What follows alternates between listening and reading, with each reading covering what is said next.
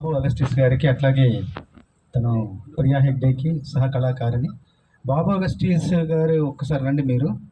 మామూలుగా చాలా మందితో కొంతకాలం కొన్ని సంవత్సరాలు ప్రయాణం చేస్తే నమ్మకం మనకు కలుగుతుంది, నమ్మకం ఏర్పడుతుంది. కానీ ఈ బాబు అగస్ట్ చూడగానే నమ్మకం కలిగింది నాకు ఇతని మీద.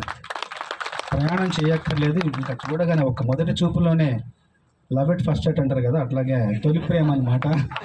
చూడగానే నాకు ఆయన మీద ఒక సదభిప్రాయం కలిగింది, ఒక నమ్మకం కలిగింది, ఒక విశ్వాసం ఏర్పడింది. ఎంత సాధించాడో ఇంకా అంతకంటే ఒక రెట్టింపు సాధించగలడన్న నమ్మకం, ఒక అభిప్రాయం మొదటి చూపులోనే కలిగింది. అంత మంచి వ్యక్తి. తర్వాత ఆయన గురించి చాలా విషయాలు తెలుసుకున్నాను. తెలుసుకున్న తర్వాత అతను నాకు అభిమాని, కానీ తర్వాత నేను అతనికి అభిమాని అయిపోయాను. ఇప్పుడు ఇక్కడికి రాగానే నాకు బుకే ఇస్తూ స్వాగతం పలికారు. అప్పుడు ఒక మాట ఏంటంటే, ఏమండి ఇప్పుడు మా ఊరు మీరు వచ్చారు, మీ కార్యక్రమం నేను వచ్చాను, మనం ఎవరిని స్వాగతించాలి చెప్పండి అన్న. ఇద్దరిని స్వాగతించుకోవాలి. అలాంటి కార్యక్రమం ఇది. చాలా ఆహ్లాదభరితంగా, చాలా ఆనందంగా కొనసాగుతుంది. నాకు ఒకటి ఏంటంటే, ఈ శ్రేయాకి నేను బ్రాండ్ అంబాసిడర్గా అవ్వడానికి ముఖ్య కారణం మా అల్లుడు, మా అక్క కొడుకు సాత్విక్ ప్రధాన కారణం. తను తీసుకొచ్చి అగస్టిస్ గారికి పరిచయం చేశారు. తన వల్లనే నేను ఈ సంస్థకు పరిచయం అయ్యాను. చాలా మంచి సంస్థకు పరిచయం ఉన్న ఒక అభిమానం నాకు ఏర్పడింది.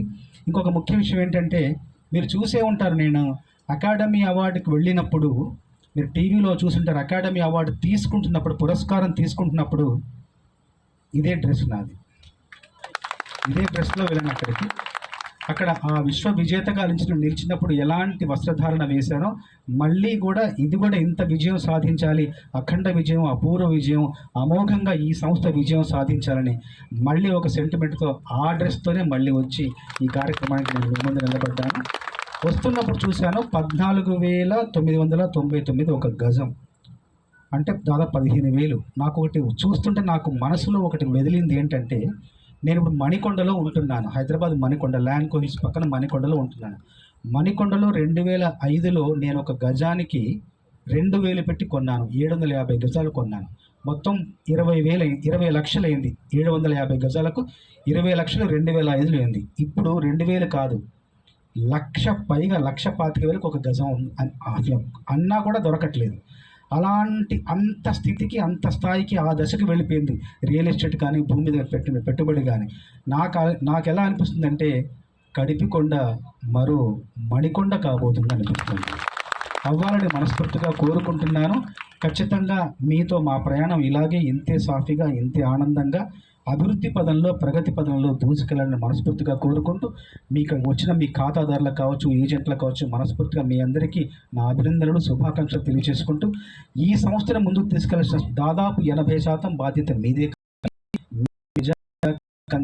పూర్ణంగా సమిష్టి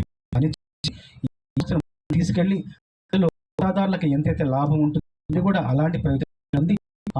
బాగుండాలి, నేను కూడా